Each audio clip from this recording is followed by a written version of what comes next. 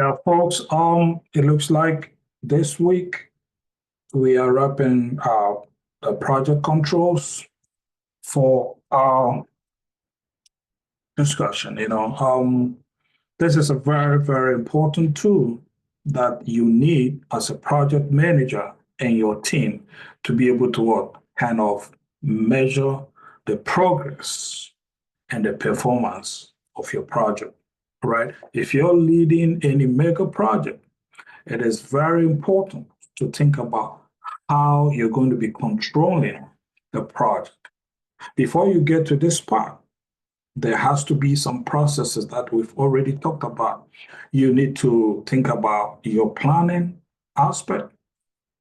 What are you planning for? What specific things that you need to do or put together to make a plan so that you can start executing your project?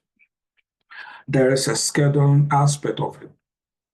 How do you define the timelines for your project, right?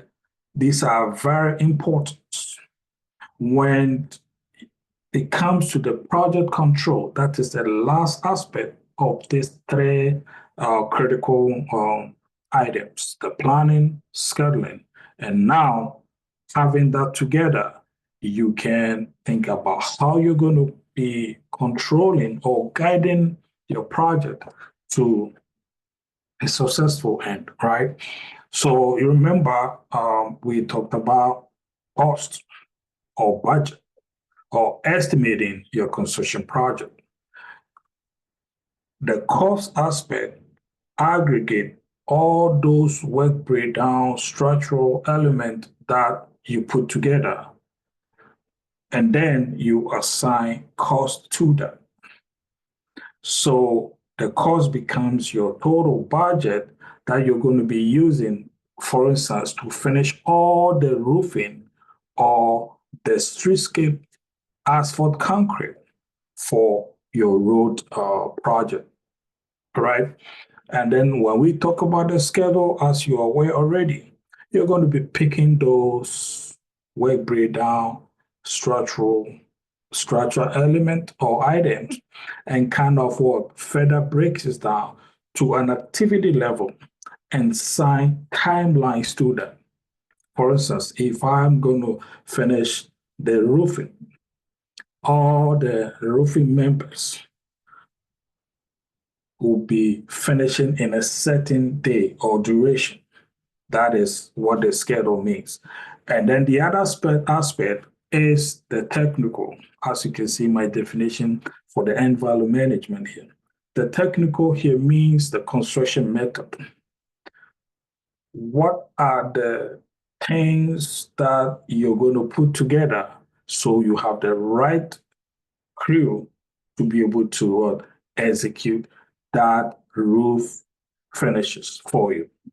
So these are the three elements that you can put together so you can clearly say, I'm measuring the performance of my project using end value management. I'll talk about that in details. So let me move away from this screen a little bit and go on to what I refer to as your construction baseline schedule, right? In order to develop a baseline schedule, which you have seen this before in our earlier discussions, all right, you need two very important things to be able to develop your baseline. What are we using this baseline for?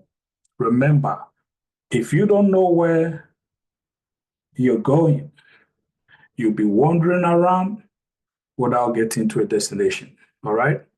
So the baseline will tell you what you intend to do in your project so you become a success, or in short, meeting the owner's requirement, which are found in your project specification and the drawings and supplementary documents. So I term that as well your project manual.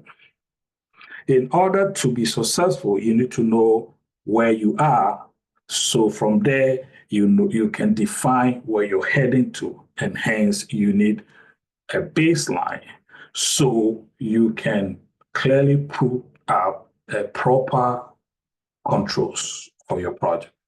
So that's what it means. So simply, you've seen the slides before. If you have not, pay attention to it very well. In order to define or develop, or as a matter of fact, create your baseline schedule, you need to divide this into two aspects, your planning aspect and your scheduling aspect. All right. Pay attention to the screen. The planning aspect will have about, this is not an exhaustive list. I just try to put them together to give you what you need to start thinking about planning your project. This is a duty of you as a project manager to kind of put a team together or know where you get these information from so that you bring them into one template that will guide your project. So first, you need to define your work breakdown structure. You have gone through this before. The WBS is that big. You take that mother project and you start kind of dismantle that, right? We call it destroy to build, all right? You pick the whole school project, that building, and then you kind of dismantle that to another level that you can assign it to a crew. You know this already. Again, you need to identify the project bid items. If you're bidding for project as a general contractor, and then you receive the ITB from the owner, you should be able to identify all these components, break them down to the level that you can be sure that this is included in my schedule. All right. So you know all that. You kind of estimate your activity. You come all the way to determine how you're going to report your project. Reporting needs to support various players or stakeholders in your project. All right. Who do I report to? Who do I get approval from? All these are part of your planning aspect in the process of developing your project baselines. All right. We have order. Then we come to the scheduling aspect. This is where whatever that you plan, your work breakdown structure, your activities identification, your estimate activity duration, you're going to be applying whatever software or what it is that you're going to use to assign the timeline, sequencing of activities, right? You're going to be setting up and configure your project. For instance, in construction, we use Primavera pieces a lot to schedule up project activities, and it kind of defines the timelines for you. The sequence and activity A has to finish before you finish B. A and B has to start concurrently, all right? B and C, B has to finish and you need to wait for 2 days to kind of start the C. This is all out there. MS Project can do that for you and all that. You define your calendars and all that. So all that I'm trying to say is I'm building a case to where you can comfortably or realistically control your project. So putting your schedule and planning together, you define the baseline for which you're going to measure every activity that you execute on your project side against, and to be able to say that we are on course, we are running behind, we are ahead on time. And that will provide you some ideas as a project manager, bring it to your team, discuss measures that you need to put in place. For instance, if you're behind, what are the things that you need to do, right? So that is the basis of your project control. And like I said, we kind of use end value analysis to kind of control our project. So I just bring this curve here for you as what you can visually display in a template, based numbers and graphically, so that your team knows what you're doing in relation to where you are in your project. All right, that is very important. All right, so if you see the chart here on my vertical side, or the The y-axis side, I have the cost, and it's a million, and then I have time. So time against cost, right? On my horizontal side, I have the time. It tells you the duration. The amount of time and effort you put in the activity must correspond to the cost or the money you spent in that period. If the money is more than what time you've spent, then surely you're having a problem in terms of your budget. You're going to run short. If you spend more money and less time, that tells you something as well, right? So end value simply tells you the metrics, that's how your project has been completed. For instance, I have these three legend here. The plan value is what we started from the planning stage. Based on our baseline, we are going to be accomplishing this much to finish the project. That is plan. So that is baseline. Anything you do, you're going to be measuring against that, right? So plan value against your actual cost. So whatever you plan, the cost that you aggregate from breaking down all the roofing construction, the elements that goes into the complete finishing of your roof will give you the actual cost. All right. And then again, you have your end value that will tell you what has been completed. So you're going to be comparing what has been completed against the plan and compare that with the costs, all right? The cost that you have assigned to the plan values. So these are key metrics that you need to be able to control your project, all right? And you look at all the estimated at completion, it tells you how much idea you're going to be finishing your project. So it's all like budget, right? And then anything above that is a variance. The variance is going to be telling you whether the timelines and the cost usage that you have expense on your project are in your favor or not. So favorable progress or unfavorable.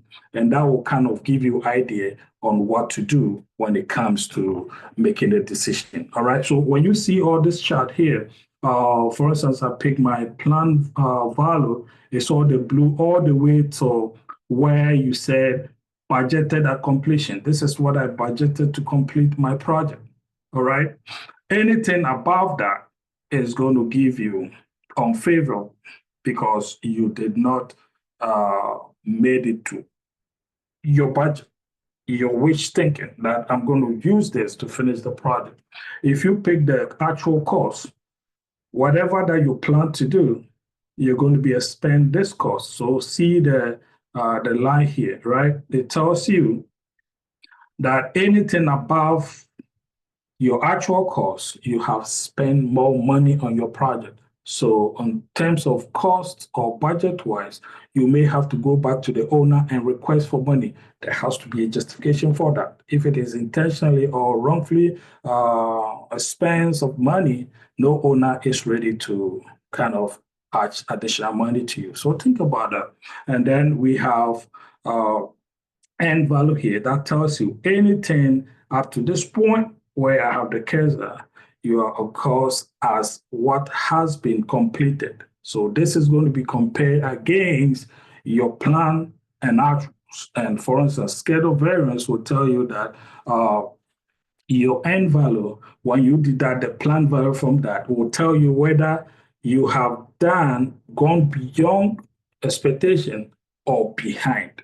And like I said, all these things help you to control your project, to know what decision as a project manager you need to bring forth to your stakeholders or your project participants to discuss the measures to bring your project into perspective, or you kind of stay where you are because your plan is working, right? So you look at here, we're saying projected schedule slip. So anything above this line tells you that some decision has to be taken because you're wasting more time and more money. So you need to kind of put measures in place in order to guide your project. So that's a very simple illustration here, but this is more detailed. You can have on the whole Excel template and populate your values, and then you can cross-check whilst you move on. Any project manager should have an idea on how your project is going to be controlled in the execution phase, controlling to meet whatever you plan to define your baseline. So that's a kind of simple and short illustrations that I try to share with you. All right. For instance, let me do a simple Excel template that you need to accomplish as your work task for the week, and that will help you bring this general illustration into perspective. So let me stop sharing this, and I'm going to reshare that template right here. Where is that? Okay, right, let's go. Yeah, so you look at this is very simple. In a mega project, if you're leading such a big project, there's a similar template that I'll share it in the link or on the announcement session so that you can go download that to play around it. If you started managing a commercial project and a small office project, you start with that small and then that will help you. So for instance, this is my work breakdown structure session with a task name associated with every activity that needs to be done to accomplish this project. So here, you're going to be open excavation for whatever tunnel that we're doing for our road construction.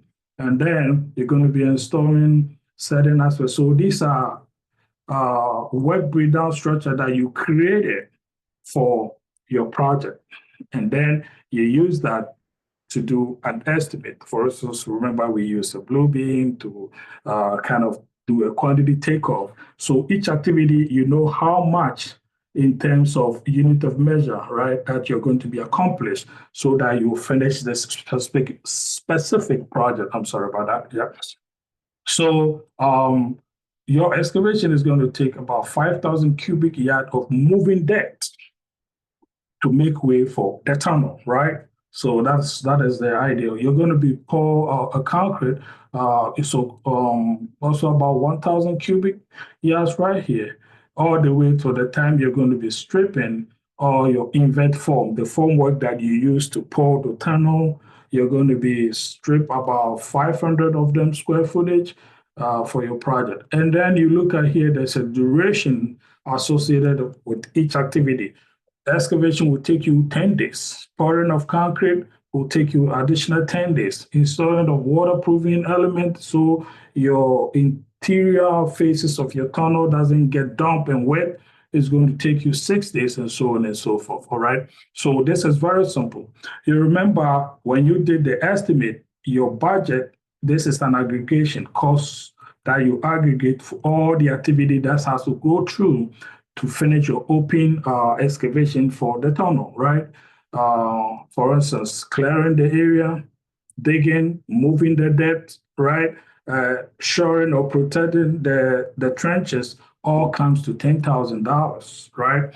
When you're pouring the concrete, all the what do you call it? Cast in place or precast concrete, preparation of the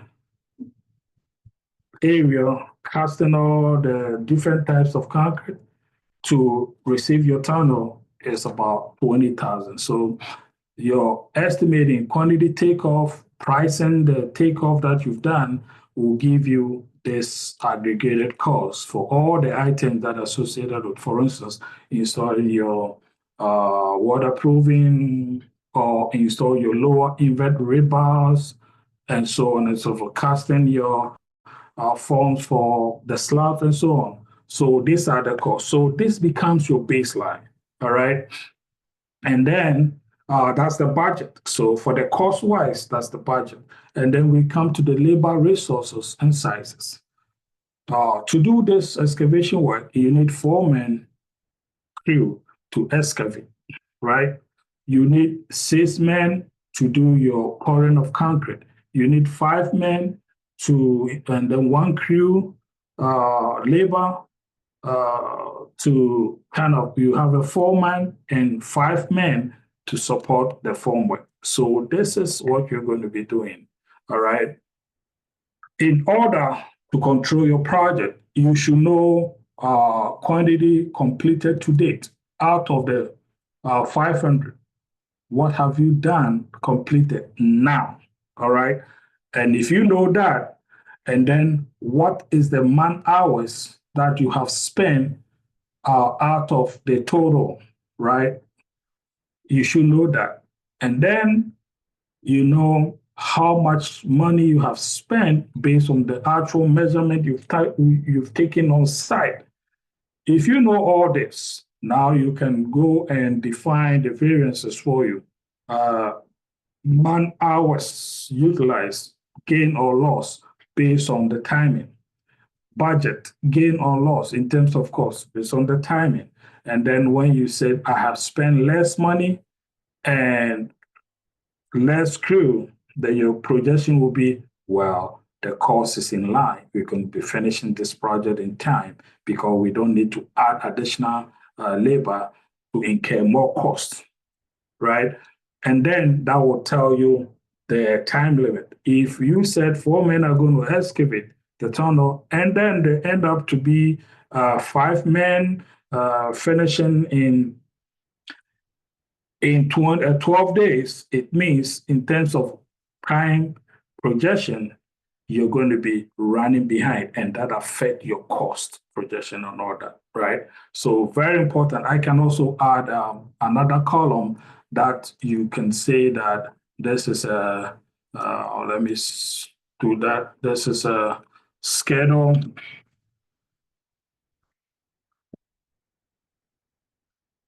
Schedule projection, right? So that is going to be, give me 1 second to write this proper. All right.